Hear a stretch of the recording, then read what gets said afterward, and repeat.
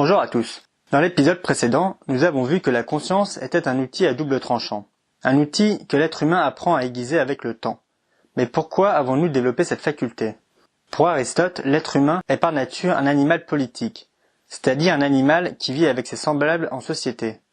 Mais pour vivre en société, il faut pouvoir se comprendre.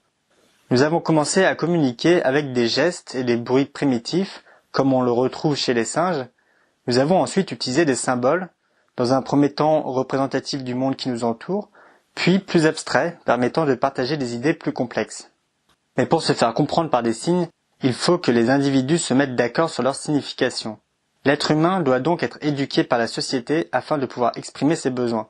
Par exemple, pour expliquer que je veux acheter une pomme, il faut que je sois conscient que la suite de lettres constituant le mot pomme et la prononciation associée permet de représenter l'objet convoité. Cependant, une personne ne parlant que français ne pourra pas communiquer avec des mots avec une personne ne parlant que chinois. Ils en reviendront à la communication primaire composée de bruits et de gestes. Sans un savoir partagé, la conscience n'aurait pas permis de développer une société mondialisée et les opportunités infinies qui en découlent. Dans l'aphorisme 354 du Gai Savoir, Nietzsche écrit d'abord que la conscience en général n'a pu se développer que sous la pression du besoin de communication. Puis dira: la conscience n'est en somme qu'un réseau de liens entre les hommes. Mais ensuite ajoutera: la conscience n'appartient pas au fond à l'existence individuelle de l'homme, bien plutôt à tout ce qui fait de lui une nature communautaire et grégaire. Et enfin ajoutera: la nature de la conscience animale implique que le monde dont nous pouvons devenir conscients n'est qu'un monde superficiel, un monde de signes, un monde généralisé, vulgarisé. Cette aptitude à communiquer ne doit donc pas nous enfermer dans une dépendance aux autres. C'est-à-dire comme un troupeau qui, de par son instinct grégaire, suit les foules sans s'écouter soi-même. Nietzsche nous représente les méfaits de rester trop longtemps à un niveau superficiel de nos pensées, des pensées conscientes, des pensées que nous communiquons, pour nous rapprocher de nos pensées instinctives, de nos pensées plus profondes. Pourquoi cela est si nuisible pour un être humain d'être trop dépendant des autres, ou plutôt, comment notre conscience permet de servir la société? Nietzsche dira que l'homme est né pour pouvoir promettre. Dans la deuxième dissertation du livre La généalogie de la morale, il parlera de la conscience en ces termes.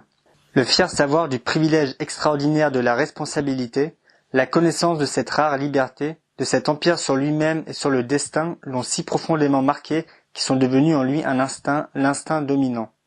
Nous reconnaissons l'être humain comme responsable, car même si celui-ci n'est pas responsable de ses pensées, il est reconnu par la société pour ses actes. Il pourra ainsi être jugé selon sa capacité à répondre au contrat social qui permet de maintenir l'égalité et la liberté des individus au sein de la société. Cela signifie être prêt à abandonner sa liberté naturelle pour obtenir sa liberté de citoyen, car l'être humain gagne à vivre en société. L'être humain est donc l'animal capable de promettre, d'engager sa responsabilité. Lorsque je dis « je m'engage », le « je » fait face au « moi », la conscience fait face à l'être. Ainsi, « je m'engage » signifie que le « je », c'est-à-dire ma conscience, fait face au « moi », c'est-à-dire mon être, et que ma conscience s'engage au nom de mon être.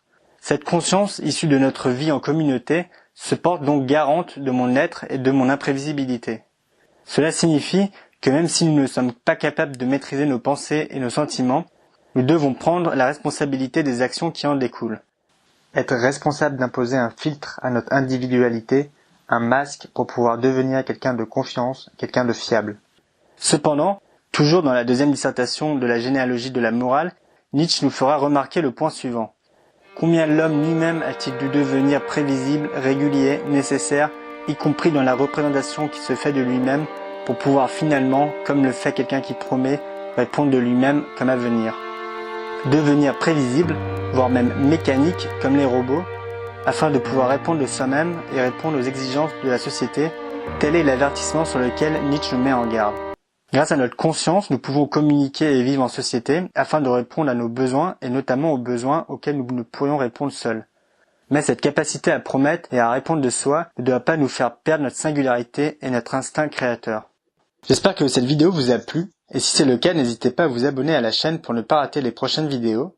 N'hésitez pas aussi à liker la vidéo et à la partager. Si vous en voulez plus, vous pouvez aussi vous abonner à la page Facebook ou au compte Twitter. J'y partage du contenu plus ou moins sérieux sur la philosophie. Merci à vous, à très bientôt.